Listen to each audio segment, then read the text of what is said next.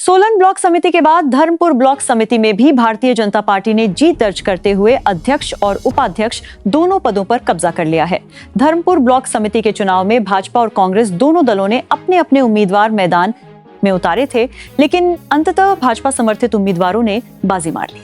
चुनाव परिणामों के अनुसार सूरज ठाकुर ब्लॉक समिति अध्यक्ष तथा हरविंदर ठाकुर उपाध्यक्ष निर्वाचित हुए। परिणाम घोषित होने के बाद भाजपा कार्यकर्ताओं में उत्साह का माहौल देखने को मिला। पूर्व स्वास्थ्य मंत्री डॉ. राजीव सैजल ने इस जीत को भाजपा कार्यकर्ताओं की सामूहिक मेहनत और संगठन की मजबूती का परिणाम बताया।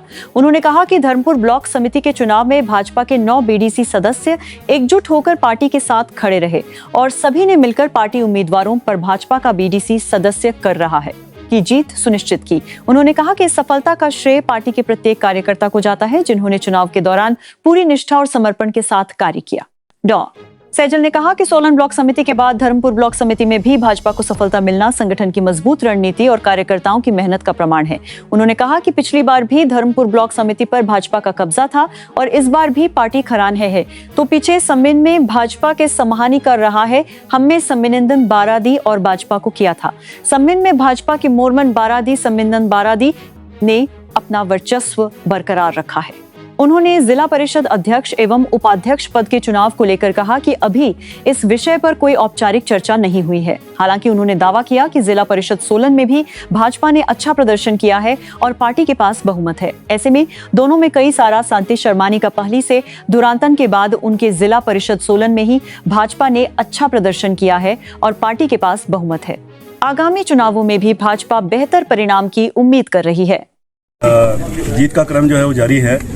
पहले सोलन बीडीसी भारतीय जनता पार्टी ने जीती और अब धर्मपुर बीडीसी, जिसमें विशुद्ध जो है कसौली निर्वाचन क्षेत्र के ही वार्ड आते हैं, 16 वार्डों में जो चुनाव हुआ और उसमें जो है उसके पश्चात अध्यक्ष और उपाध्यक्ष का पद के हेतु जो आज चुनाव रखा था, उसमें भारतीय जनता पार्टी ने विजय हासिल की है।